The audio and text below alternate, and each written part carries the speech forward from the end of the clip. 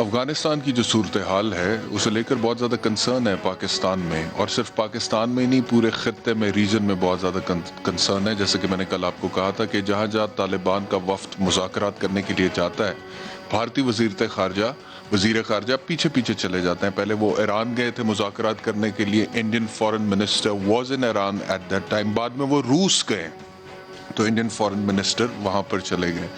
اب پاکستان کے جو فارن منسٹر ہیں شاہ محمود قریشی صاحب، ان کا بھی ایک سٹیٹمنٹ ہے، اور وہ یہ تھا کہ طالبان کے پاس واپس کنٹرول آنے سے گورنمنٹ کا افغانستان میں ٹی ٹی پی کیا مضبوط ہوگی، اگر ایسا ہوتا ہے تو اس کے اثرات پاکستان کو بھی بھگتنے پڑ سکتے ہیں. تو ایک تو یہ پاکستان کا بھی کنسرن ہے. اور وہاں پر جو صورتحال ہے، اب 250 کے قریب اضلاع پر طالبان واپس قابض ہو چکے ہیں، اور جو افغان گورنمنٹ کے سولجرز تھے وہ سرنڈر کر رہے ہیں. ان کے سامنے بہت ساری جگہوں پہ تو بغیر ریزسٹنس کے سرنڈر کر رہے ہیں. تو دیکھنا یہ ہے کہ آنے والے دنوں میں وہاں پر یہ ایک پیسفل ٹرانزیشن آف پاور ہوگی، یعنی کہ طالبان واپس آ جائیں گے اور کوئی ریزسٹنس نہیں ہوگی، یا پھر یہ خانہ جنگی کی طرف بات چل جائے گی. یہ تمام معاملات آج کے پروگرام میں ڈسکس کریں گے، لیکن میں آپ کو یاد کراتا ہوں کہ افغان وار پہلے جو 80 کی دہائی میں ہوئی تھی، جس میں جنرل ضیاء الحق صاحب پاکستان کو لیڈ کر رہے تھے اور امریکہ کے ساتھ کھڑے تھے، اور میں نے آپ کو ایک دفعہ وہ کلپ بھی سنوایا تھا پچھلے ہفتے، جس میں جنرل ضیاء الحق کہہ رہے تھے امریکن پریزیڈنٹ کو that we will stand behind you, بہت ساری تسلیاں وغیرہ دے رہے تھے. اس ٹائم کے جو حالات و واقعات اور معاملات تھے، جو انٹرنیشنل پالیٹکس کا رخ تھا، یا امریکہ جو چاہتا تھا پاکستان وہی پوزیشن لیتا تھا. رونلڈ ریگن صاحب 16 جولائی 1986 کو کیا کہہ رہے ہیں، اور پاکستانی پرائم منسٹر محمد خان جنیجو وہاں پر بیٹھے ہوئے. یہ تسلیاں آپ نے دیکھی 1986 میں جو رونلڈ ریگن امریکی صدر دے رہے تھے پاکستان کو بھی، افغانستان کو بھی، اور کہہ رہے تھے کہ ہم ایک فری افغانستان دیکھنا چاہتے ہیں، ٹرولی انڈیپینڈنٹ افغانستان دیکھنا چاہتے ہیں، ڈیموکریسی دیکھنا چاہتے ہیں، یہ دیکھنا چاہتے ہیں، وہ دیکھنا چاہتے ہیں. اس چیز کو ذہن میں رکھیے گا. اس کے بعد آگے آپ کو یہ یاد کرا کے کچھ اور بھی دکھاؤں گا، لیکن اس سے پہلے محمد خان جنیجو صاحب جو اس تقریب میں موجود تھے، انہوں نے کیا کہا یہ سنیں. تو آپ نے سنا جنیجو صاحب بالکل ان کے ساتھ اتفاق کر رہے تھے، اور جنرل ضیاء الحق جو اس وقت chief of the army staff بھی تھے، پریزیڈنٹ بھی تھے، وہ کیا کہہ رہے تھے اس ٹائم پہ، یعنی کہ ایگزیکٹلی جو امریکہ پاکستان کو بتا رہا تھا کہ یہ ہے سچویشن، اور اگر آپ نے یہ نہ کیا تو یہ ہو جائے گا.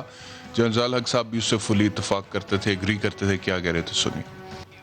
تو اگلا نمبر آپ کا ہوگا پاکستان کا. This is what the leadership thought at that time and that was one of the reasons the leadership of Pakistan decided to take part in the war. اچھا جی، اس کے بعد جب وہاں سے انخلا ہوا، وہ امریکی تو چلے گئے، اور وہ جب چلے گئے تو اس کے بعد وہاں پہ جو معاملات تھے، سوویت تو گئے، امریکی بھی بعد میں، امریکہ کا جو انٹرفیرنس تھی، انٹرونشن تھی، وہ وہاں سے ختم ہو گئی. اور جب وہ چلے گئے تو اس کے بعد پھر وہاں پر جو سچویشن بنی خانہ جنگی کی، اس کا آپ کو پتا ہے کہ پاکستان پہ کیا امپیکٹ ہوا. پاکستان میں جو کلیشنگ آف کلچر آیا، ہیروئن کلچر آیا، جو سیکٹیرین وائلنس آیا، جو دہشت گردی کی کاروائیاں ہوئی، یہ کئی دفعہ پروگرامز میں ڈسکس ہو چکی ہوئی ہیں. اب ہم آتے ہیں 9/11 کے بعد کی جو صورتحال بنی تھی. اب 9/11 کے بعد جب صورتحال بنی ہے، امریکہ جا چکا تھا، پھر واپس اس نے افغانستان آنا تھا القاعدہ کو ڈیفیٹ کرنے کے لیے. تو صدر بش صاحب پھر سے کیا کہہ رہے ہیں کہ ہم کیوں افغانستان، ہم اپنے لیے نہیں آنا چاہ رہے، ہم تو افغانستان کے لیے بھی آنا چاہتے ہیں، افغانستان کی تعمیر نو کرنا چاہتے ہیں. سنیں پریزیڈنٹ بش کیا کہہ رہے ہیں. تو یہ وہ کہہ رہے تھے، آپ نے سنا. لیکن اب پریزیڈنٹ بائیڈن نے ایونچولی کہا کہ میں امریکیوں کی ایک اور نسل کو جنگ میں نہیں جھونک سکتا، ہم مزید جنگ کا ایسا نہیں بن سکتے، افغانستان ہماری ذمہ داری نہیں ہے، افغان قوم کی تعمیر نو ہماری ذمہ داری نہیں ہے، یہ افغانیوں کی اپنی ذمہ داری ہے. انہیں خود اس حوالے سے فیصلہ کرنا ہے کہ وہ کس طرح کی حکومت چاہتے ہیں، یہ فیصلہ ان کا ہے. اور ہم یہاں سے مکمل طور پر اب انخلا کر رہے ہیں. جو ہمارے مقاصد تھے وہ مقاصد پورے ہو چکے، اور آپ کے مقاصد جب پورے ہو چکے تو وہ جو آپ پہلے کہتے تھے کہ ہم آپ کے لیے بھی ہیں، اور آپ کو ہم یہاں پہ نیشن بلڈنگ کرنے کے لیے آئے ہیں، انفراسٹرکچر ڈیولپ کرنے کے لیے آئے ہیں، ہم ڈیموکریسی کو فروغ دینے کے لیے آئے ہیں، ہم سپر پاور ہیں، ہم پوری دنیا کو لیڈ کرتے ہیں. We want to make sure that this world is a good place, اور یہاں پہ سویلائزڈ کنٹریز ہوں، سویلائزڈ گورنمنٹس ہوں، اور ہم ڈکٹیٹرشپ کے خلاف ہیں، ہم اتھارٹیرینزم کے خلاف ہیں، ہم کلیشنکوف کے خلاف ہیں، ہم سول وار کے خلاف ہیں، ہم سول رائٹس اور ہیومن رائٹس کی وائلیشن کے خلاف ہیں، وہ تمام لوگ جو افغانستان میں خواتین کی تعلیم کے خلاف تھے ہم ان کے خلاف ہیں، جو بچوں کے حقوق کے خلاف تھے ہم ان کے خلاف ہیں. بھائی وہ ساری باتیں کدھر گئی جو آپ کرتے تھے؟ وہ سارے معاملات کہاں گئے جو آپ کرتے تھے؟ کیونکہ معروضی حالات تو وہی ہیں افغانستان میں آلموسٹ.